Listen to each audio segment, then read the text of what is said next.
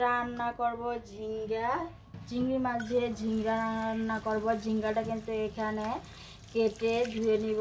আর এখানে কিন্তু চিংড়ি মাছগুলা ভিজিয়ে রেখেছি। চিংড়ি মাছ দিয়ে রান্না করব ঝিঙ্গা। আর এখানে তেল বসাই দিলাম, তেলের মধ্যে দিয়ে দিলাম পেঁয়াজটা দিয়ে কিন্তু ভালো করে নাড়াচাড়া দিয়ে দিলাম।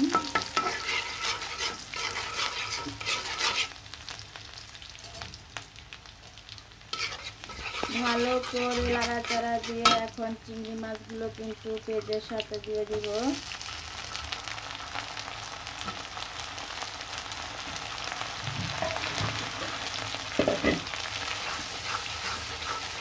আর এখানে কিন্তু এখন আমি ময় মশলা দিয়ে দিব।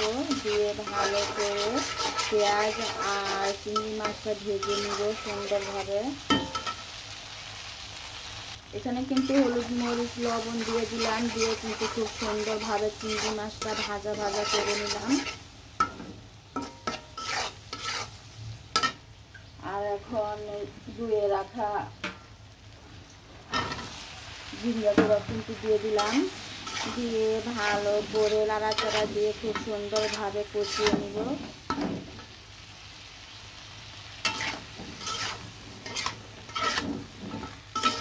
খুব সুন্দরভাবে নাড়াচাড়া দিয়ে কিন্তু মশলার সাথে মিশিয়ে নিলাম। আর এটা কিন্তু খুব সুন্দরভাবে কষিয়ে নিব। আর এখন ঢাকনা দিয়ে রেখে দিব কষানোর জন্য।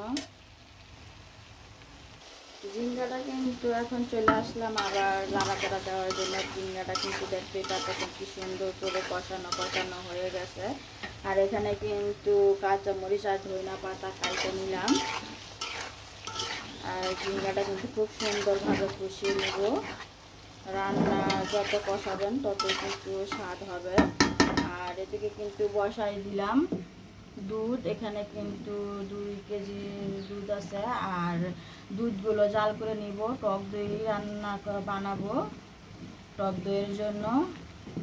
গ্রামে কিন্তু টক দই দিয়ে মুড়ি দিয়ে মিষ্টি দিয়ে সকালের নাস্তাটা সেই স্বাদ। দেশি গাইয়ের দুধ। টক দইয়ের জন্য কিন্তু দুধটা এখন জাল করে নিব। আর এখানে কিন্তু রান্না বসাই দিলাম। দুইটা বসালাম,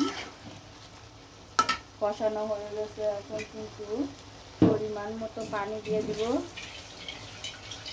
দেখতে পাচ্ছেন কি সুন্দর করে কষানোটা হয়ে গেছে। চিংড়ি মাছ দিয়ে রান্না করলাম ঝিঙ্গা রান্নাটা যদি খুব সুন্দরভাবে করতে পারেন তাহলে কিন্তু ঝিঙ্গা তরকারিটা দিয়ে কিন্তু ভাত খাওয়া যায়। আর এখানে পরিমাণ মতো পানি দিয়ে দিলাম। পানিটা দিয়ে খুব সুন্দরভাবে নাড়াচাড়া দিয়ে মিশিয়ে নিলাম। আর এখন ঢাকনা দিয়ে ঢেকে দিব বলক আসার জন্য।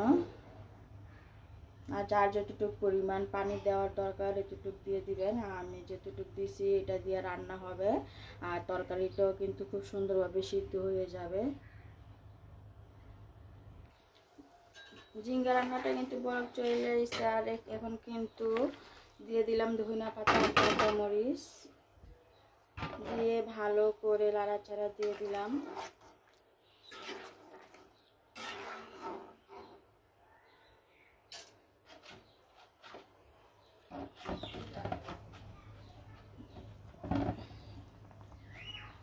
এভাবে ঝিঙ্গা রান্না করে খাইলে শুধু খেতেই মন চাইবে।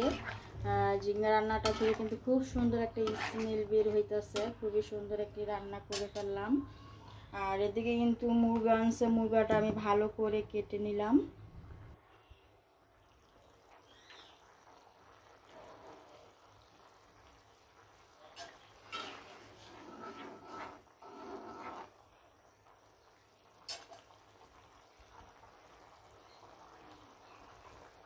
আর এখানে কিন্তু দুধ বসা দিলাম। দুধ দিয়ে টক দই বানাবো। আর দুধ জাল করে নিলাম। একই সাথে দুইটা রান্না হয়ে গেল।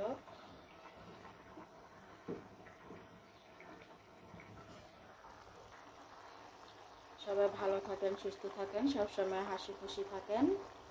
আল্লাহ হাফেজ।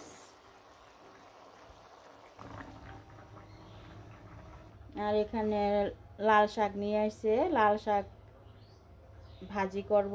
আর এখানে দেশি ধনেপাতা আনছে, দেশি ধনেপাতার গ্রানটা কিন্তু সেরকম।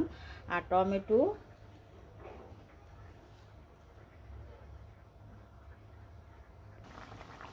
চিংড়ি মাছ দিয়ে ঝিঙ্গা রান্নাটা কিন্তু খুবই সুন্দরভাবে সহজভাবে আপনাদেরকে রান্না করে দেখালাম। আর খুবই সুন্দরভাবে কিন্তু রান্নাটা হয়ে গেছে। এরকমভাবে ঝিঙ্গা রান্না করে খেলে খুবই স্বাদ, খুবই মজা। আমার রান্নাটা শেষ, আমি এখন চুলা থেকে উঠিয়ে নিব। সবাই ভালো থাকেন, সুস্থ থাকেন, আল্লাহ হাফেজ।